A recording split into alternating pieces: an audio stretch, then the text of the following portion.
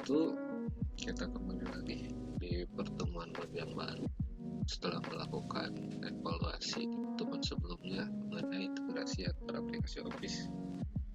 Sekarang kita masuk ke bab 2. Kalian akan mempelajari yang disebut teknik komputer. Adapun tujuan dari kalian mempelajari ada beberapa, yaitu yang pertama memahami mengenai perangkat keras, perangkat lunak, dan pengguna. Berikutnya memahami interaksi antara perangkat keras, perangkat lunak, dan pengguna.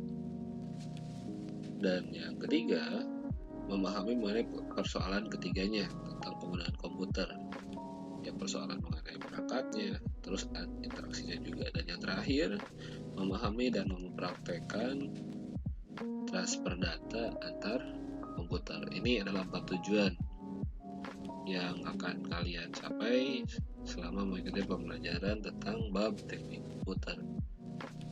Adapun untuk materi, Bapak akan bagi menjadi 3 bagian, dan untuk bagian yang pertama akan mempelajari tentang interaksi antara perangkat keras, perangkat lunak, dan pengguna. Jadi interaksi di antara ketiganya. Berbicara mengenai teknik komputer, apa sih yang disebut komputer itu?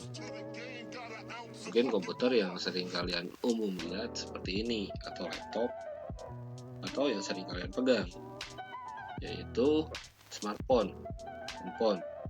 Dan itu merupakan salah satu bentuk dari komputer juga sebetulnya.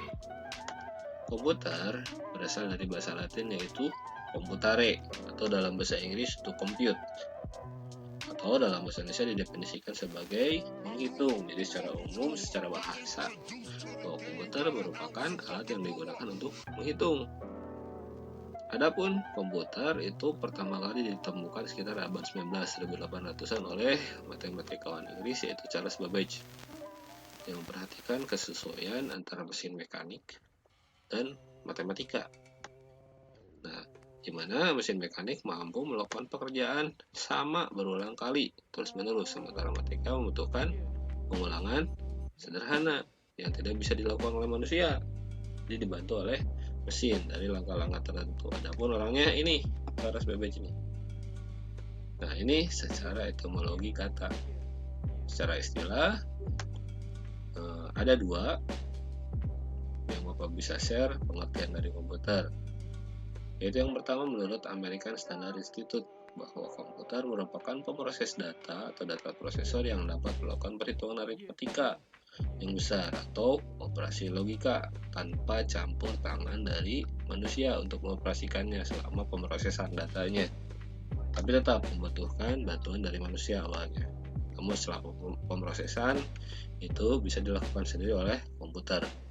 Yang kedua, menurut Kamus Besar Bahasa Indonesia, bahwa komputer merupakan alat elektronik yang dapat menghitung atau mengolah data secara cermat, menurut instruksi, memberikan hasil pengolahan, serta dapat menjalankan sistem multimedia seperti film, musik, faksimil, dan sebagainya. Biasanya terdiri atas unit pemasukan atau yang disebut input, unit pengeluaran yang disebut output, unit penyimpanan yang disebut storage, serta satu lagi yaitu disebut unit pengontrolan.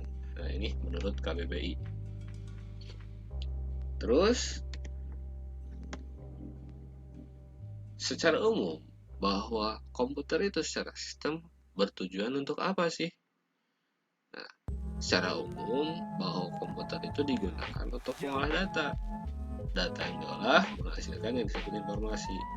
Sumber datanya apa saja sih? Sumber datanya bisa berupa angka, karakter, simbol, gambar, tulisan, juga suara.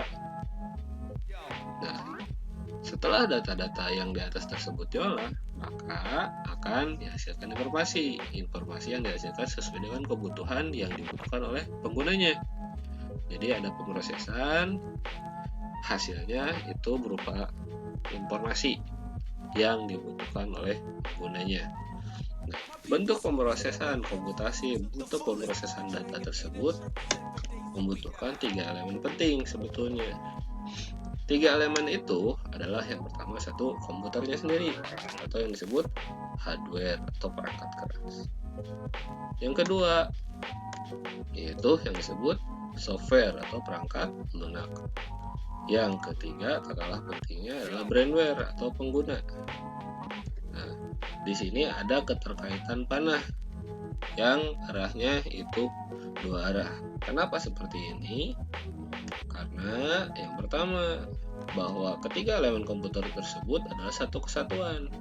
Jadi tidak bisa berdiri sendiri. Tanpa salah satunya, maka pemrosesan data itu tidak mungkin terjadi. Contoh, misalnya tanpa perangkat keras atau komputernya, maka perangkat lunak program tidak akan dapat dipakai oleh pengguna, yaitu brainware.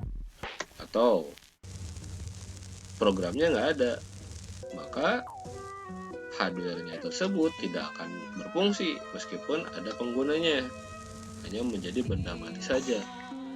Dan yang terakhir,